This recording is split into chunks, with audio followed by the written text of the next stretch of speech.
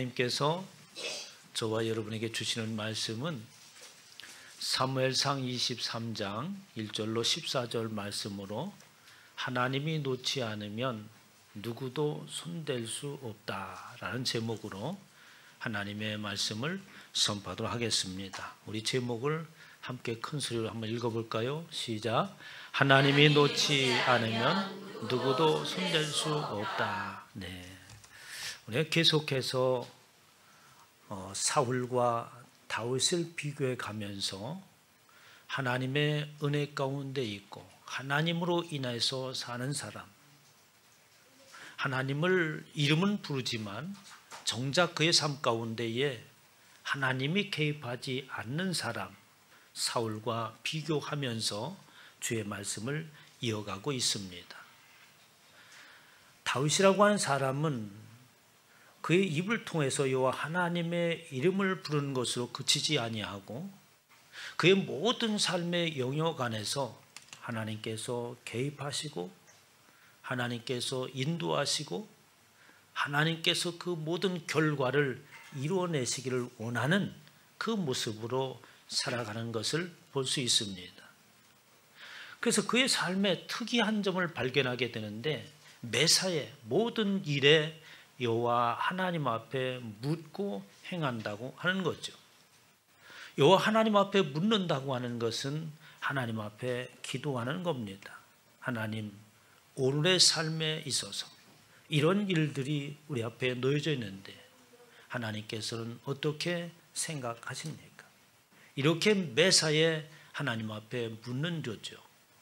이렇게 하나님 앞에 묻는 것은 하나님을 하나님으로 인정하기 때문에 그렇습니다. 저와 여러분이 믿는 하나님 예수 그리스도께서 이 세상 우주 만물을 창조하시고 모든 것이 당신의 주권 아래에 있고 그분에 의하여서 결과가 맺어진다고 하는 것을 믿고 인정할 때에 우리는 하나님 앞에 기도하게 되고 하나님 앞에 묻게 되는 겁니다. 이렇게 다윗의 삶의 모든 영역에서 그는 너무나도 지나치리만큼 여호와 하나님 앞에 묻습니다. 오늘도 다윗이 여호와 하나님 앞에 묻지요. 오늘 본 말씀 1절에 보면 사람들이 다윗에게 전하여 이르되 사람들이 정보를 가져다 줍니다. 블레셋 사람이 그 일날을 쳐서 그 타작 마당을 설치하였나이다 하니 지금 다윗이라고 하는 사람은 사울에 의하여서 쫓김을 당하고 있는 상황 가운데 놓여 있습니다. 그런데 그에게 저에게 정보가 들어온 거예요. 블레셋 사람들이 지금 추수를 하고 있는 이때에 양식을 탈취하기 위해서 그일라라고 하는 성읍을 어떻게 그 타작마다 하고 있는 그곳에 블레셋 사람들이 침투하여서 그 블레셋 사람들이 그일라 사람들과 그의 모든 양국을 탈취하러 간다는 정보를 입수하게 됩니다. 어느 때 평상시에 아무런 문제가 없을 때라면 당장에 가서 그 블레셋 사람을 쳐야겠지만 지금 상황이 녹록하지 않은 상황이에요. 다윗을 추종하는 세력들이 함께 모여 있지만 여전히 사울이라고 하는 아주 큰 군대를 이끄는 왕 앞에 쫓겨가는 그 상황 가운데 지금 이 문제를 다룰 수 있는 상황이 아닙니다. 그럼에도 불구하고 다윗은 그일라에 대한 관심을 갖게 되는 거죠. 그래서 이에 다윗이 여호와께 묻자와 이르되 내가 가서 그 블레셋 사람을 치리이까? 라고 하나님 앞에 기도하며 묻습니다. 그래 여호와 하나님께서 즉각적으로 대답을 하시죠. 여호와께서 다윗에게 이르시되 가서 블레셋 사람을 치고 그 일날을 구원하라 하십니다.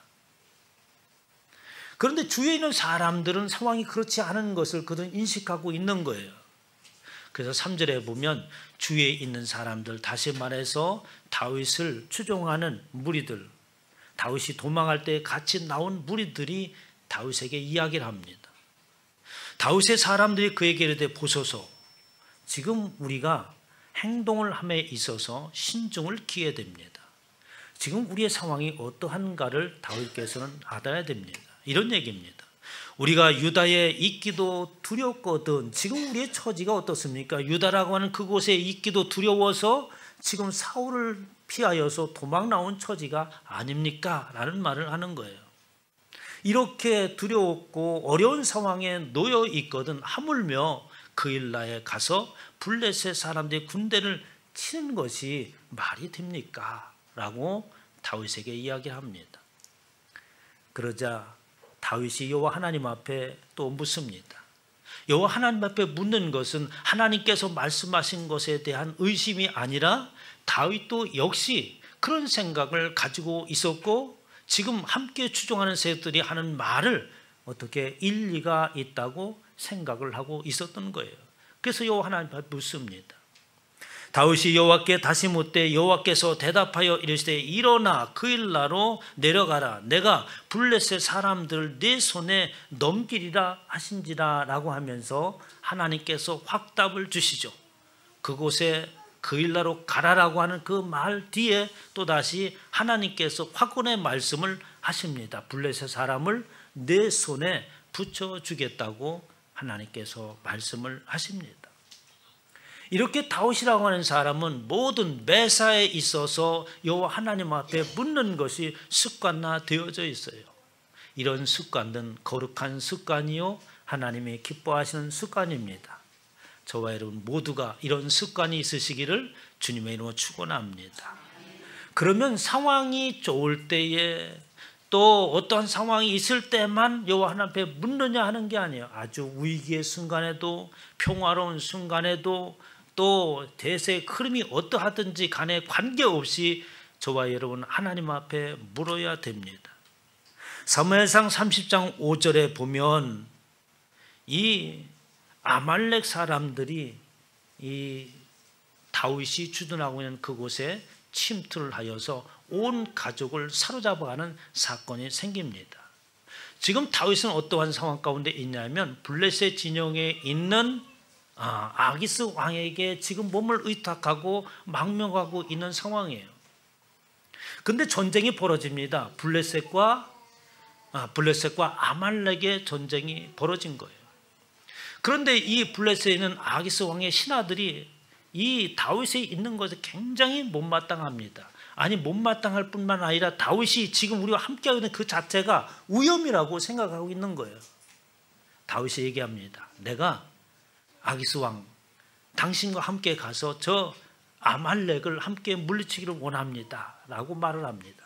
신하들이 벌떼같이 일어섭니다. 아니 지금 다윗이라고 하는 사람이 어떤 사람인지 지금 함께해서는 아세요? 저 유다에서 사울보다도 인기가 높고 사울보다도 용맹하다고 모든 백성들이 다 칭송하는 자입니다.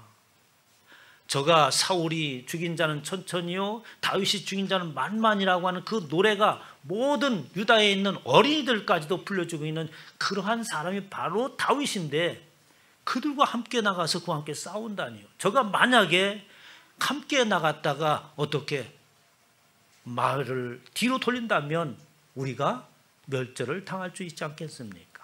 라고 얘기합니다. 결국 신하들에 의하여서 어떻게 해요?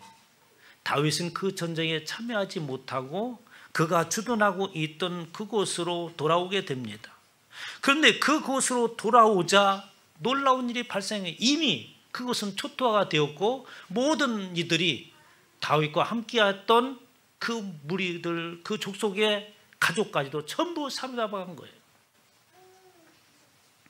사무엘상 30장 5절에 보면 다윗의 두 아내 이스라엘 여인 아히노암과 갈멜 사람 나발의 아내였던 아비가일도 사로잡혔더라. 백성들이 자녀들 때문에 마음이 슬퍼 다윗을 돌려치자 하자. 지금 상황이 얼마나 급박한 상황이었고 이 다윗에게 얼마나 위기가 닥쳤는지 몰라요. 다윗을 당신을 믿고 따라왔더니 지금 우리가 이 모양이 되었다. 우리의 온 가족이 지금 사로잡혀 갔다. 오히려 지금 다윗을 향하여서 돌을 들게 되는 아주 위급한 상황이 되었습니다.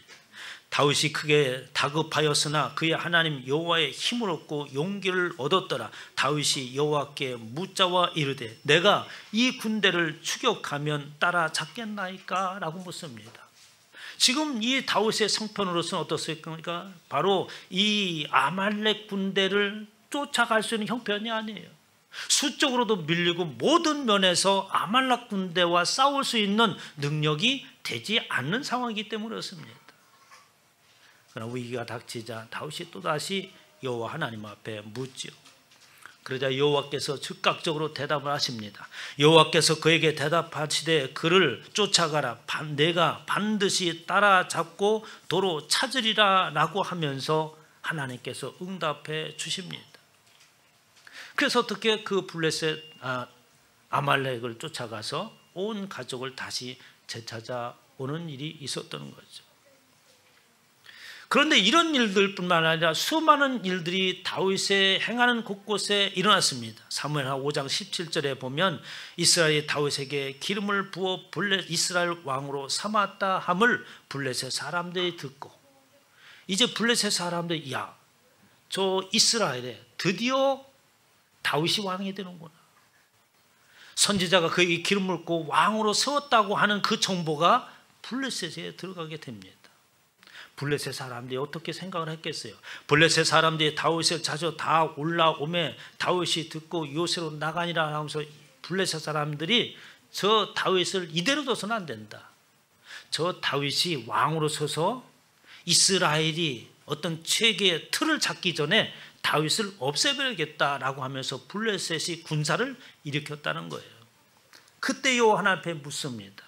다윗이 여호와께 여쭈이르되 내가 블레셋 사람에게로 올라가리까 여호와께서 그들을 내 손에 넘기시겠나이까 하니 여호와께서 다윗에게 말씀하시되 올라가라, 내가 반드시 블레셋 사람을 내 손에 넘기리라 라고 말씀을 하십니다. 여러분, 하나님께서 응답하실 때는 그냥 응답하시는 것이 아니라 하나님께서 이미 결론을 지으시고 그 일을 이루게 하시는 줄 믿으시기 바랍니다. 하나님께서 그 블레셋 너의 손에 붙이겠다라고 하는 것은 여호와 하나님의 손이요 여호와 하나님의 능력이 저들과 함께 하겠다는 말씀인 거예요. 그래서 다윗이 어떻게 블레셋과 전투를 벌이게 됩니다. 그러나 이렇게 성경에는 여호와 하나님을 의지하고 그분을 인정하고 매사에 모든 것을 믿는 믿음으로 인하여서 여호와 하나님 앞에 묻고 나가는 일만 있느냐? 그렇지 않아요. 저와 여러분들이 그런 실수를 할 수 있는 것처럼 믿음의 사람이요 믿음의 선진들 역시 그런 실수를 하게 됩니다. 누가 그런 실수를 합니까? 여호수아라고 하는 사람이 실수를 하게 돼요. 여호수아라고 하는 인물이 어떤 인물입니까? 아브라함, 모세, 그리고 여호수아, 갈멜과 같이 하나님의 입에 오르내리는 자요, 성경의 아주 중요한 인물로 우리가 믿음을 본받아야 될 대상으로서 올라있던 자가 바로 여호수아라고 하는 자입니다. 그런데 그 여호수아도 하나님과의 관계 속에 있어서 잠시 머뭇거리고 순간을 놓치는 때가 있었던 거예요. 여호수아가 가나안 땅에서 나가지 않습니까? 가나안 땅의 7 부족이 지금 여호수아가 군대를 이끌고 들어오는 것들을 면밀히 살피고 있습니다. 저들의 군대에는 여호와라고 하는 그 신이 있더라. 그 여호와라고 하는 그 신이 얼마나 놀랍고 능력이 있는지 저 이스라엘 사람들이 가는 곳곳마다 승리하고 그 이스라엘 사람들을 대항할 사람이 아무도 없더라라고 하는 소문을 익히 다 듣고 있었습니다. 전전긍긍하면서도 이스라엘 대군을 지금 맞이하는 채비를 하고 있는 상황이에요. 그때에 그 7 부족 가운데에 한 부족이, 기본 족속이 이 여호수아 앞에 나옵니다. 여호수아서 9장 1절에 보면 2일 후에 요단 서쪽 산지와 평지와 레바논 앞 대연안에 있는 헷사람, 아모리, 가나안 사람, 브리스 사람, 히윗 사람, 여부스 사람 7 부족 가운데 6 부족이, 사람들의 모든 왕들이 이 일을 듣고 앞서 말씀드렸던 것처럼 가나안 땅에 있는 지금 정착하고 있는 그 족속들이 그 상황을 지금 듣고서는 전전긍긍하고 있을 때에 모여서 일심으로 여호와와 이스라엘 앞에 맞서 싸우려고 준비하는 그때에 기브온이라고 하는 그 족속이 여호수아 앞에 나와요. 기브온 주민들이 여호수아가 여리고와 아이의 행한 일을 듣고 꾀를 내어 사신의 모양을 꾸미되 헤어진 전대와 헤어지고 찢어져서 기운 가죽 포도주 부대를 나귀에 싣고 아주 먼 곳에서 온 사신처럼 위장을 하고 어떻게 여호수아 앞에 오는 거예요. 그 여호수아가 자세히 묻습니다. 어디서 온 사람이고 목적이 무엇이냐라고 하니까 우리는 당신에 대한 소식을 듣고 당신들과 화합하고 당신과 함께 살기를 원합니다 라고 말했어요. 이 여호수아는 착각을 한 거죠. 지금 가나안 땅에는 7 부족이 아는 족속으로 알고서는 그들과 맹약을 맺습니다. 그런데 그때에 여호와 하나님께서 한 말씀을 하시는 거예요. 여호수아서 9장 14절에 무리가 그들의 양식을 취하고 그들과 함께 연합하기로 그들과 함께 어떻게 평화를 맺기로 맹약을 합니다.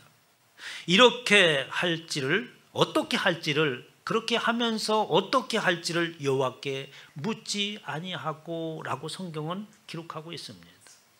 여호수아가 잠시 신앙의 방심을 놓는 그때에 여호와 하나님 앞에 묻는 것을 놓치고 말았던 거죠. 여러분, 우리가 신앙생활할 때 때로는 그런 때가 있습니다. 그때마다 틈을 노리는 세력들이 있는 거예요. 그때 여호수아 앞에 그 틈을 파고드는 것이 잠시 여호와 하나님 앞에 묻는 것을 잊어버리고 그들과 맹약을 맺게 됩니다. 여호수아가 그들과 화친하여 그들을 살리라는 조약을 맺고 회중 족장들이 그에게 맹세하였더라. 그리고 조약을 맺은 후 사흘이 지나서 이 사람들이 기브온 사람들이 가나안은 일부 족속이라고 하는 것을 그때 아는 거예요. 그러나 그들이 맹약을 할 때에 여호와 하나님의 이름으로 맹약한 것은 취소가 없습니다. 여러분, 하나님의 이름으로 함부로 언약이나 약속이나 맹세를 하지 않기를 주님의 축원합니다.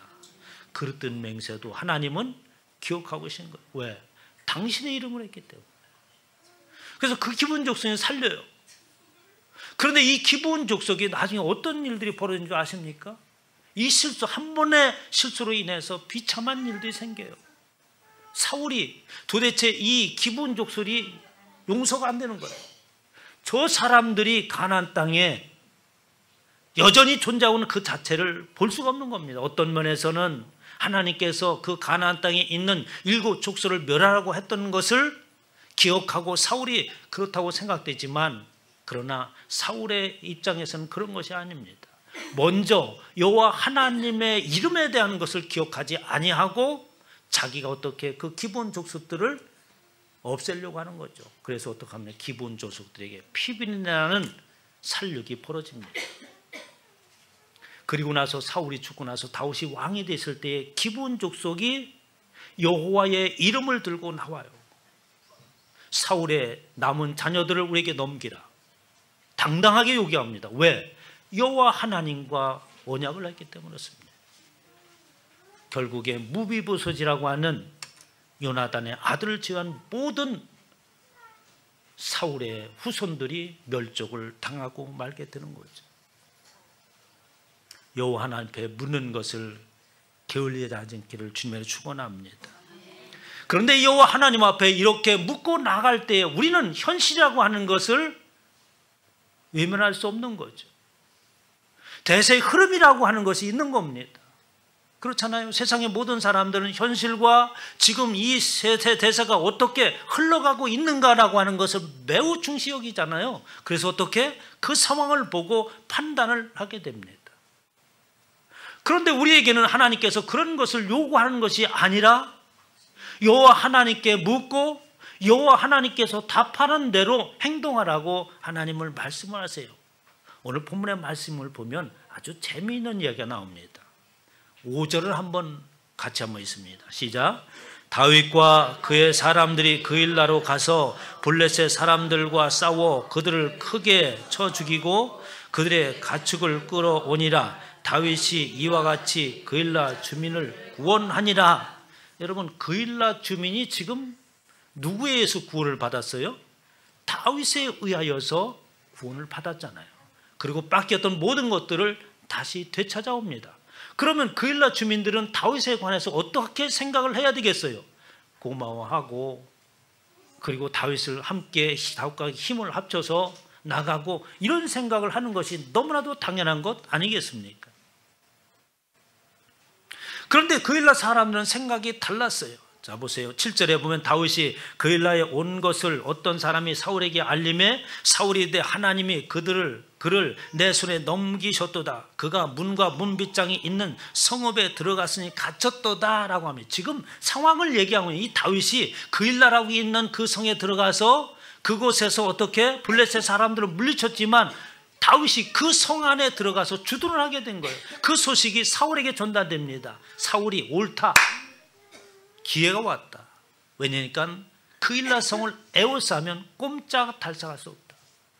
이제 먹을 것도 그 성에 공급되지 못하면 어떻게 포위 공격을 하게 되면 이제는 틀림없이 다윗을 잡았다. 대세가 기울기 시작을 합니다. 8절에 보면 사울이 모든 백성을 군사로 불러 모으고 사울이 옳다. 모든 백성을 총집결합니다. 군사를 총집결하죠. 그일라로 내려가서 다윗과 그의 사람들을 에워싸려 하더니 라고 하면서 이제 상황이 전세가 지금 점점 어떻게 사울에게로 기울기 시작을 해요. 그때 그일라에 있는 성의 주민들이 이제 어떻게 합니까? 요동을 하기 시작합니다. 야, 이거 어떻게 될 것이냐? 다윗은 사울이 지금 없애려고 하는 이 존재인데 우리가 그를 의지해서 살았지만 이 상황이 어떻게 되겠느냐는 거예요. 만약에 사울이 와서 이 성을 포위했는데 결국 이 성이 점령당하면 다윗과 함께했던 우리는 다 죽음을 면할 수 없다고 생각이 들지 않겠어요? 10절이 그런 얘기입니다. 다윗이 이르되 이스라엘 하나님 여호와여 사울이 나 때문에 이 성읍을 멸하려고 그일라로 내려오기를 꾀한다함을 주의 종이 분명히 들었나이다. 그일라 사람들이 나를 그의 손에 넘기겠나이까? 다윗도 안 거예요. 지금 이런 상황이 되었을 때에 그일라 주민들이 요동할 것이다. 민심이 지금 어떻게 두려움에 떨고 있을 것이다. 만약에 전투가 벌어져서 사울의 군대가 들어온다면 이 주민들이 오히려 나를 치지 않겠는가? 라는 위기를 느끼고 하나님 앞에 묻는 거예요.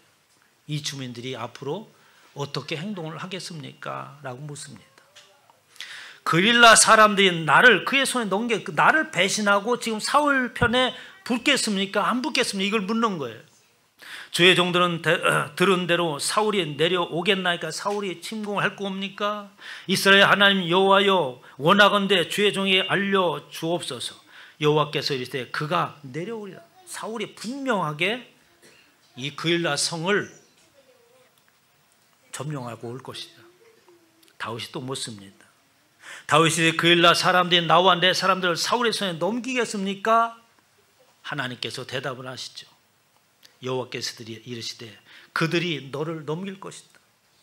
그일라 성의 주민들이 너를 배반하고 사울의 편에 들 것이다 라고 다윗에게 가르쳐 줍니다. 다윗은 그곳을 피해서 나오게 됐죠. 여러분, 저와 여러분의 삶의 현실과 대세의 흐름 속에서 우리의 삶을 판단하고 그리고 어떤 결정을 내리는 것은 예수 그리스도를 알기 전의 모습입니다. 이제는 우리의 모습 판단은 그것이 기준이 아니라 하나님의 뜻이 의중이 어디에 있느냐라고 하는 것이 우리의 판단의 기준이라고 하는 것을 말씀해 주고 있는 거예요. 세상 속에 있을 때 반드시 어떻게 대세의 흐름을 잘 읽어야 됩니다.